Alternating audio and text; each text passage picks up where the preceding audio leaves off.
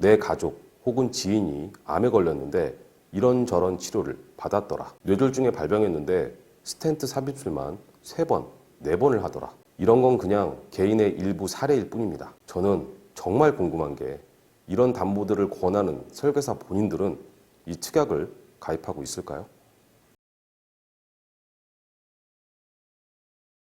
반갑습니다. 심플한 보험 지팀장입니다. 여러분은 보험에 가입하실 때 어떤 루트로 가입하셨나요? 대부분 내가 필요한 보장이 무엇인지, 담보를 어떻게 구성해야 하는지 잘 몰라서 지인이나 담당 설계사에게 전적으로 맡기고 계신 분들도 있을 겁니다. 보험에 가입할 때 최소한 내가 선택한 특약으로 얼마의 보험료가 책정되는지 또는 어떻게 지급이 되는지 이 정도는 알고 계셔야 하는데요. 제가 매번 강조해서 안내 드리고 있지만 보장성 보험에서 보험료가 부담되면 유지가 어렵고 유지를 못하면 아무 의미가 없다고 생각합니다. 가입할 때는 다 보장될 것 같지만 실상 현실을 보면 의미 없이 돈만 내고 있는 특약들도 많은데요.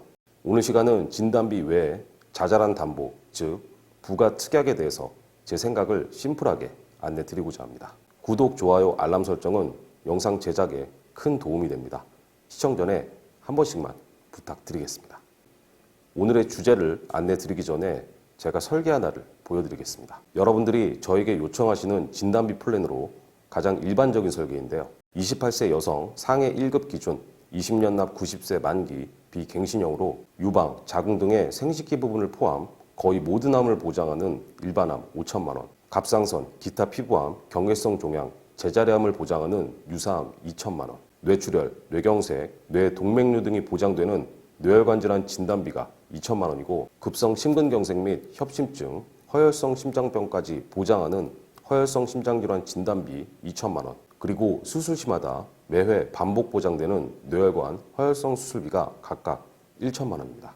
보시다시피 딱 진단비만 넣었을 때의 보험료가 7만 원이 넘는데요. 이 연령대 어린이 보험 가입자분들에게 한번 여쭤보겠습니다. 사회초년생인 여러분에게 매월 7만 원이 넘는 보험료가 부담되지 않을까요? 20년간 매월 이 보험료를 납부해야 하고 이 상품은 무해지환급형이기 때문에 납기인 20년을 채우지 못하면 중도 해지 환급금이 없습니다. 여기에 내가 가지고 있는 보험도 감안을 해야 하는데요. 문의를 주시면 대부분 실손 의료비에 암보험 한두 개 정도는 가지고 계셨습니다. 기본적인 보험이 있고 실손 의료비도 있는데 무언가를 더 받기 위해서 굳이 담보를 추가해야 할까요? 여러분이 고민되는 부분을 들어보면 대부분 설계사들이 권하는 특약을 넣을지 말지의 선택이었습니다.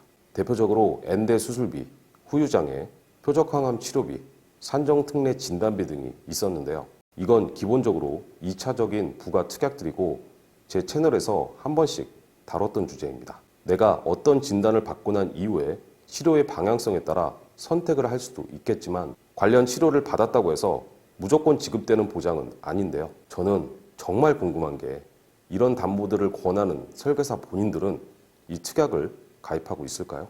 보험이라는 것이 내가 어떤 진단을 받아서 지급을 받을 수도 있겠지만 반대로 지급받지 못할 확률도 분명히 존재합니다. 하나부터 10까지 이런 가능성을 다 따져서 보험을 가입한다면 아마 100만 원도 모자랄 텐데요. 보험 판매도 영업의 일종이기 때문에 화법이라는 게 존재합니다. 그 중에서도 가장 효율적인 방법 중에 하나가 사례인데요. 내 가족 혹은 지인이 암에 걸렸는데 이런저런 치료를 받았더라. 뇌졸중에 발병했는데 스텐트 삽입술만 3번, 4번을 하더라. 여러분의 주위에도 이런 사례가 있으신가요? 이런 건 그냥 개인의 일부 사례일 뿐입니다. 극히 일부의 개인적인 사례로 예를 들어서 꼭 필요하다고 안내하는 것, 이런 것도 불안전 판매가 아닐까 생각하는데요. 저는 무엇보다 여러분이 내는 보험료가 중요하다고 생각합니다.